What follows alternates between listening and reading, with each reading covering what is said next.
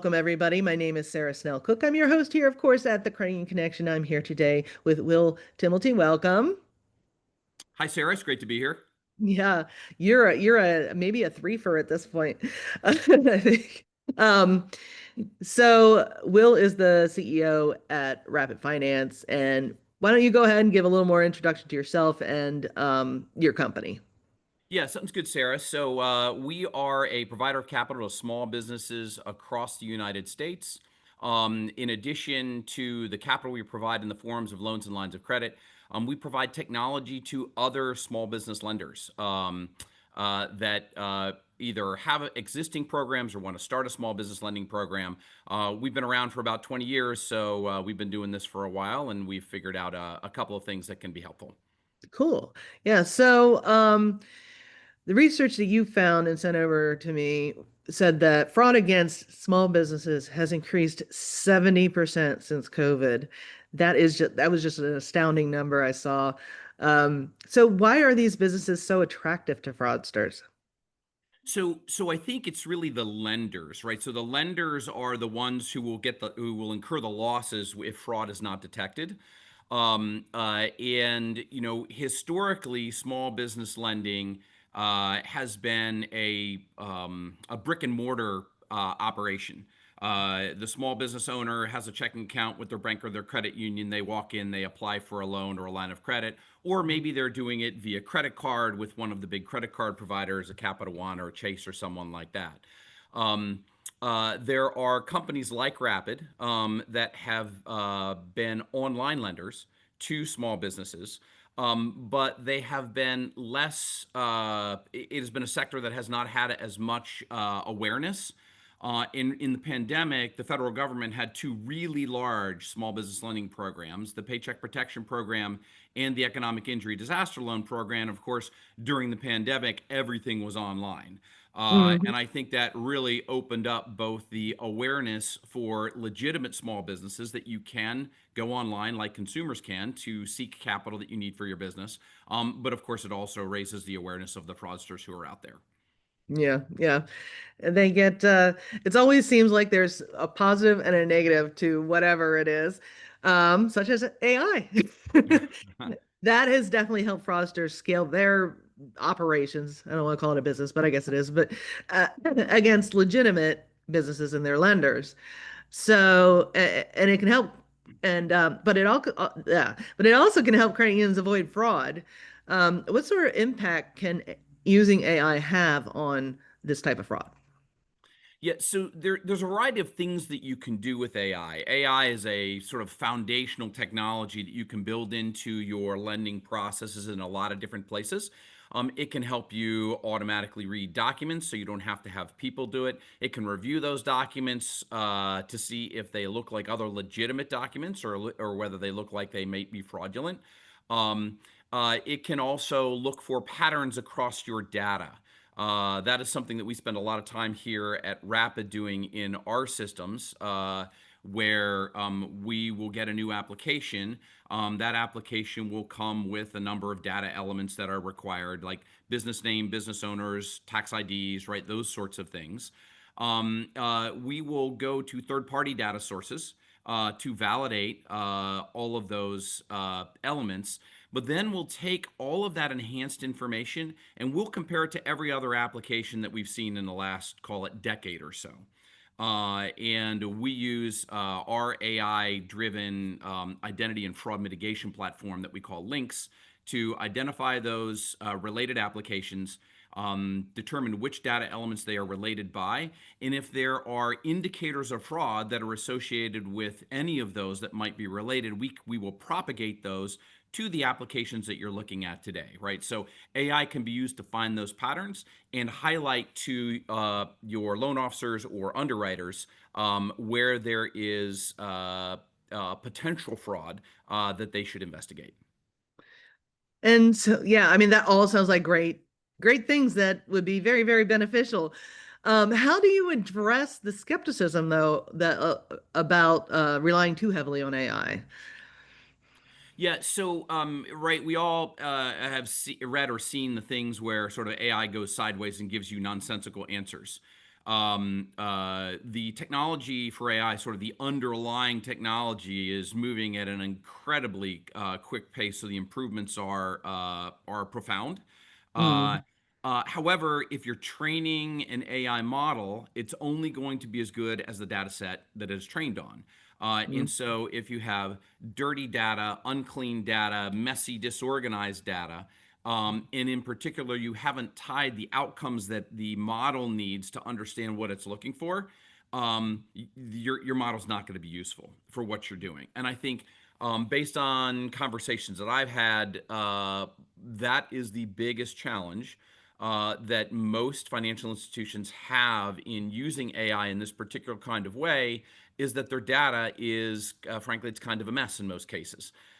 It's siloed. It's in different parts of the organization. It's not all together, and so it is a painstaking effort to mhm. get that data to a state where an AI model can be effectively trained by it. Yeah, yeah. Obviously, there's a lot of data to sift through, which humans can't reasonably do. And I've heard from a few people that credit union's data is not always clean, not always tightly wrapped in a bow. So it's not easy even sometimes for AI to handle. So how can credit unions clean up their data and where it's coming from and get it all in one place so that AI can do a better job of, or easier job, I guess, of what it's doing. Yeah, so there's a good reason that credit unions and other financial institutions, why their data is all over the place, and that's really because for kind of two reasons on either end of the value chain. On the one end of the value chain, you have products that you offer to your customers, and those products might be checking accounts or savings accounts or credit cards or auto loans, and each one of those products comes with its own set of regulatory requirements. Therefore, your front end acquisition process is different for all of them. You collect a lot of the same information, but you've got to say different things for mortgages, for instance, than you do for Right. credit cards. On the back end, the providers of the systems that support these products are the core providers, right? So the FISs and the Fiservs, right? The Jack Henrys, those kinds of folks. And Very few institutions keep all of their core systems with one of those providers, which means you've, by nature, got this fragmented data challenge that you have to bring together. Hmm. There's really only two ways to tackle that problem. There is, if you want to get all this data together, you can do it on the back end or you can do it on the front end. If you tackle it on the back end, what you're doing is you're getting your nightly downloads or your API updates, however it comes to you from these various core systems and your front end acquisition flows. And you're doing a whole lot of ETL data processing and data standardization and all that kind of stuff. Particularly for legacy data, that can be a gargantuan task and takes a long time and a lot of people to really sort through it. The other way that you can do this is you can do it on the front end. This is actually easier and quicker, but it does take some infrastructure. It's helpful if you've built it. So, for instance, what we do is every one of our front end acquisition flows where we're getting an application takes that information and funnels it into a production system, not a data warehouse, but a production system that we call links. And that production system, first it standardizes the data. Then all of the data enhancements coming from those third parties come back to that. And those are also standardized.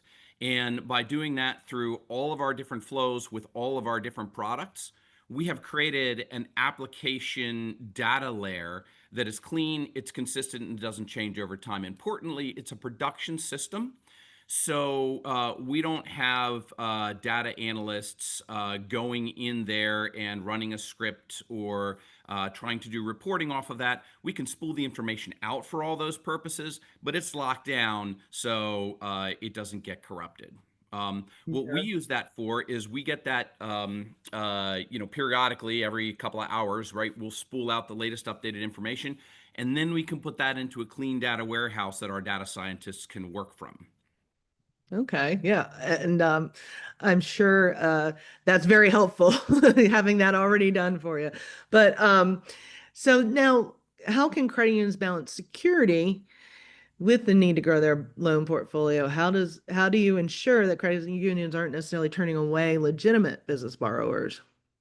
Yeah, so there's a couple of different levels of security or things to think about in terms of security. There is how do I secure usernames and passwords and do two-factor authentication, all those kinds of things for my members. Credit unions are good at that, right? They do that. They work with their vendor suppliers for those kinds of things.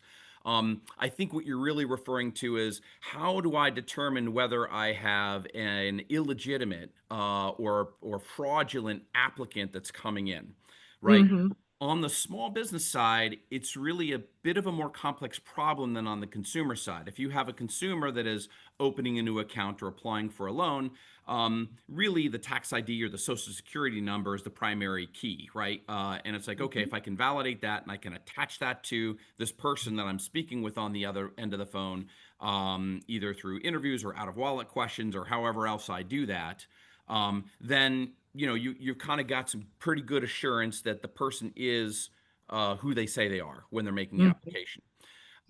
Small businesses are more complicated because, from a data standpoint, a small business could have many owners, right? There might be four co owners of a small business, or there may be one owner, like a franchisee, who has four different small businesses, right? I've got four McDonald's franchises. They are all incorporated separately, they all pay their taxes separately. And so you have this many to many data relationship between small businesses and small business owners. And sometimes they're very similar. So in that franchisee example, we might have a John Smith who has four McDonald's all in the same town.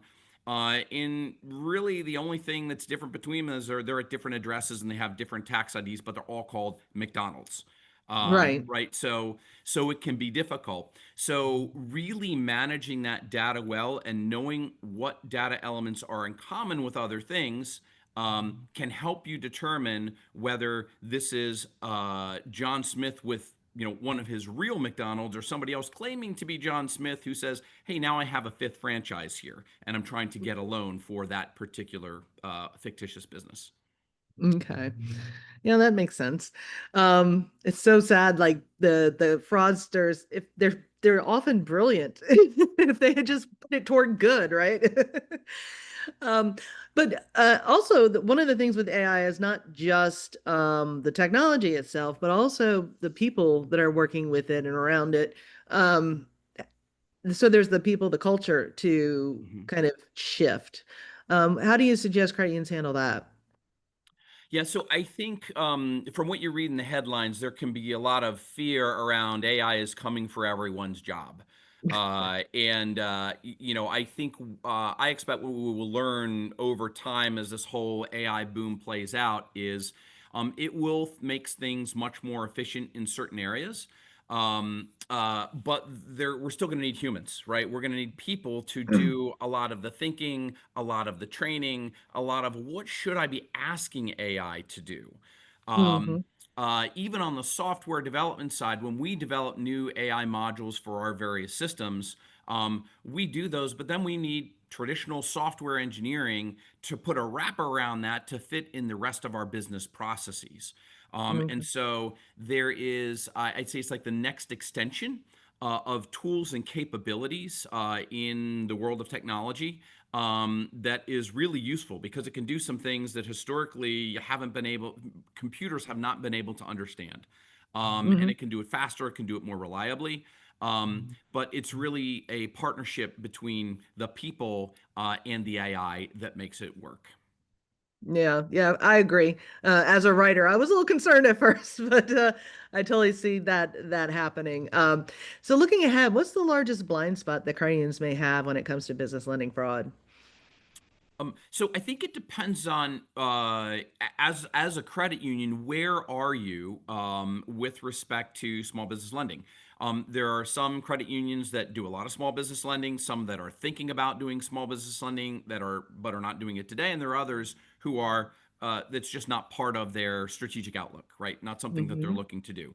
But if you're doing small business lending, or you're looking to do small business lending, There is this combination of capabilities that you want to bring together that really leverage things that you would do on the consumer side, which tend to be data intensive, high volume, low touch, at least early in the application process, and things on the commercial lending side, which tend to be much larger dollar, more data and documentation intensive. Um, Hmm. and for small businesses, because you have to deal with the business owner, right? You need to be able to do those things that you do on the consumer side, and because you're dealing with a business, you need to be able to do those things on that you would do on the commercial side, and really meld the two together. Hmm. So that I think is the challenge. It is easier to do a $2 million loan to a specialty contractor, for instance, or someone else, and put $2 million to work as a credit union, than it is to say, well, rather than do that, I'm going to do 40, $50,000 loans to put that same Hmm. $2 million to work, right? To do 40, $50,000 loans, you're not going to do that with your loan officers and doing site visits and all those kinds of things. So you need some technology infrastructure to enable you to do that. Or you can partner with a financial technology company like Rapid, to bring those offers to your customers. So even if you're like, hey, I don't want to put it on my balance sheet, I don't have the capabilities for it, can still be very valuable to a credit union, even for your existing members who happen to be small business owners, to say, yeah, through a partnership, I can bring capital solutions to my small business customers, make a stickier deposit relationship, have those deposits be larger, to help on the depository side, and keep them from going down the street to a competitor. Yeah, yeah, definitely a big upside on the business lending for credit unions potentially. So, as we wrap up here, I always allow my guests final thoughts. What do you want to leave our credit union audience with? Yeah, credit unions are really in kind of an interesting space. So historically, there's been a limitation for credit unions, and there still is limitations on how much commercial lending credit unions can do. But it's a really valuable thing for the community mission that credit unions have, right? So credit unions serve people who live on Main Street, and they can also serve the business owners who work and have their businesses on Main Street. In a lot of cases, I would venture that there are many credit unions that have personal accounts, checking accounts, savings accounts, credit cards, of many small business owners. Mm, When I was a small business owner, I had my accounts with credit unions. mm. But I didn't have my business accounts there. Had my credit union been able to offer the things that I needed as a business, I would have loved to have them with my credit union and keep all of that financial relationship in one place. And so I think there is a great opportunity to serve those small businesses as part of the overall strategy. Awesome. Well, thank you so much, Will, for your time today. I appreciate it.